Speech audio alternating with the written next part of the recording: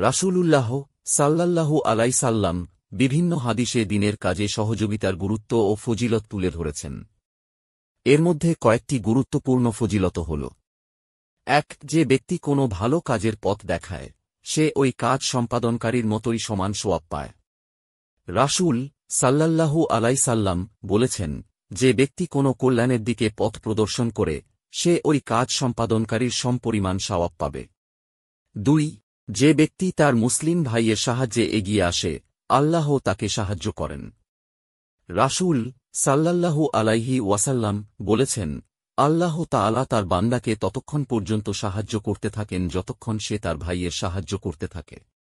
৩. দ্বীনের কাজে আর্থিক বা অন্য কোনোভাবে সহযোগিতা করা এক প্রকার সাদাকায়ে জারিয়া। যেমন মসজিদ, মাদ্রাসা বা দ্বীনী প্রতিষ্ঠানের নির্মাণে সহযোগিতা করা। এর সওয়াব মৃত্যুর পরেও অব্যাহত থাকে। সহযোগিতার ক্ষেত্র: দ্বীনের কাজে সহযোগিতা বিভিন্নভাবে হতে পারে। যেমন আর্থিক সহযোগিতা, মসজিদ, মাদ্রাসা, এতিমখানা বা দ্বীনী শিক্ষা প্রতিষ্ঠানে অর্থ দান করা। শারীরিক শ্রম: দ্বীনী কোনো কাজে স্বেচ্ছাশ্রম দেওয়া। যেমন মসজিদ নির্মাণে বা কোনো দ্বীনী মাহফিল আয়োজনে সহায়তা করা।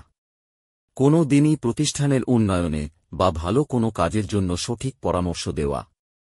মানুষকে ভালো কাজে উৎসাহিত করা এবং দ্বীনের পথে ডাকা। পরিশেষে বলা যায়, দ্বীন ইসলামের কাজে যে কোনো ধরনের সহযোগিতা করা অত্যন্ত গুরুত্বপূর্ণ ও সওয়াবের কাজ।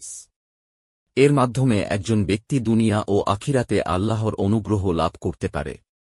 তাই আমরা সবাই 2026 সালের বিশ্ব ইজতেমায় বেশি বেশি করে কাজে সময় দিই ও আর্থিক সাহায্য করি, ইনশাল্লাহ।